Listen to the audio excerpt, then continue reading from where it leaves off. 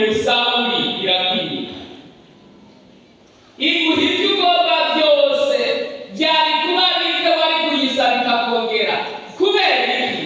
Ukoze ibara ukica Uriya. Ntubizi ibyo wakoze. Ntiwasanganye n'umugore wiwe, yaciye ya nkota yisubizayo. Dawidi n'umuntu w'Imana ngo yaciye apfukama imbere y'abahari, ngo aravuga ngo Imana ntibeshe. Cyangwa uno munsi ugapfukama ukavuga ngo Data ntubeshe. Niyo mirongo narayiciye. Natana cararindiriye Imana imubwiye, bwira umwami asubire ku ntebe, ndamubabariye.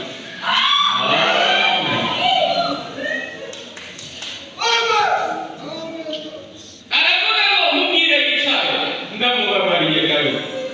Ko yubashe, ndamukuye ko amaraso ya Uriya. Cyangwa Imana ikamukura ku amaraso y'icyaha.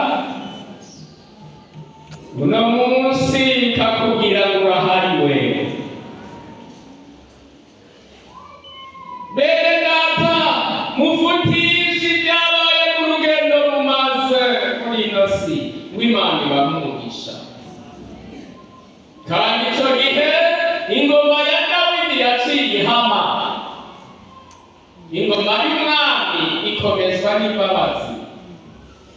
Umwami w'imbabazi amara igihe ku ngoma. No mu kazi ukaba umunyembabazi uzokarambiramo, ariko ukaba iminsi yose uri kurahana, umenye ko nawe cyo bundi uragenda. Ukaba iminsi yose umukoresha wo guhana, nawe uri uraheza akazi, ejo uragenda. Imana iragoye, yagushizeho kugira imbabazi. Kubw'imbabazi Imana igiriye Dawidi acaranesha.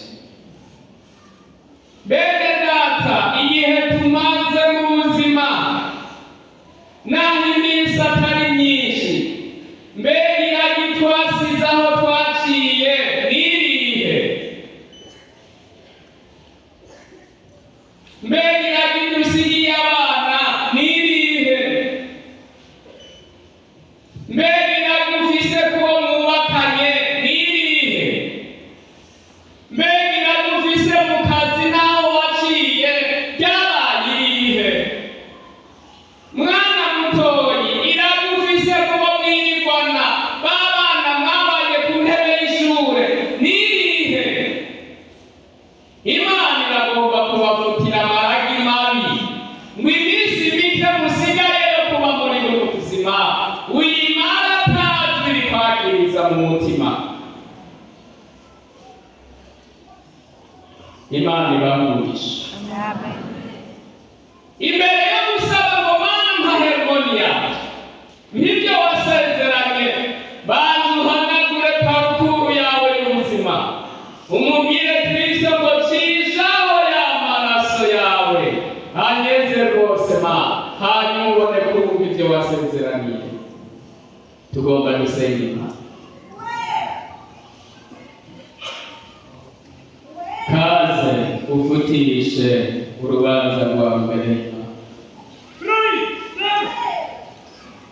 Ibi datavuze n'iby'ibanga mufitaniye n'Imana, mubizina n'inko muri babiri.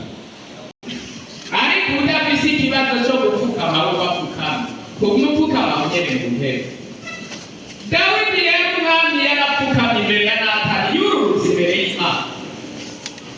Ntiyaravye abaganwa bamukikije. Nturavye mwicaranye nawe nyene ntakuru.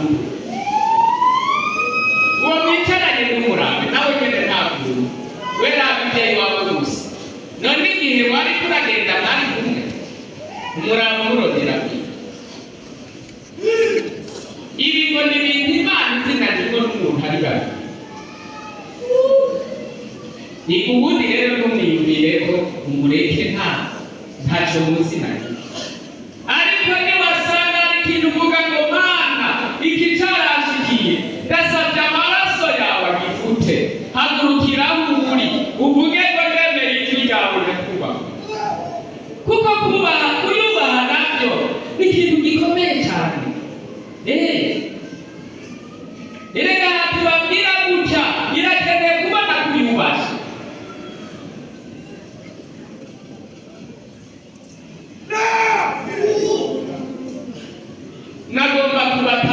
kabisa hari imbabazi z'ikigunga datamanukanya nkavuga hano.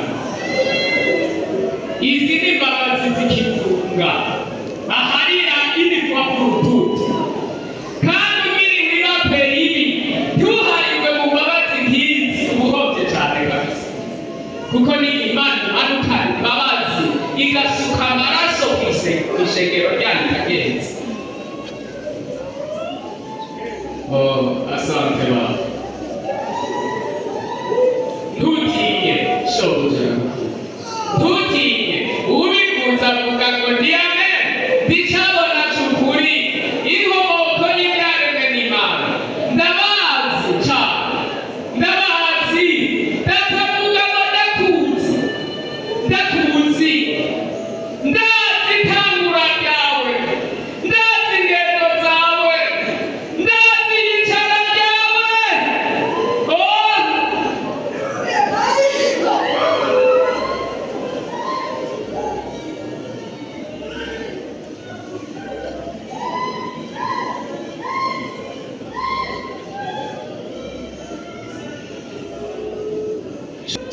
Haleluya, urakoze Mana. Haleluya, asante Baba.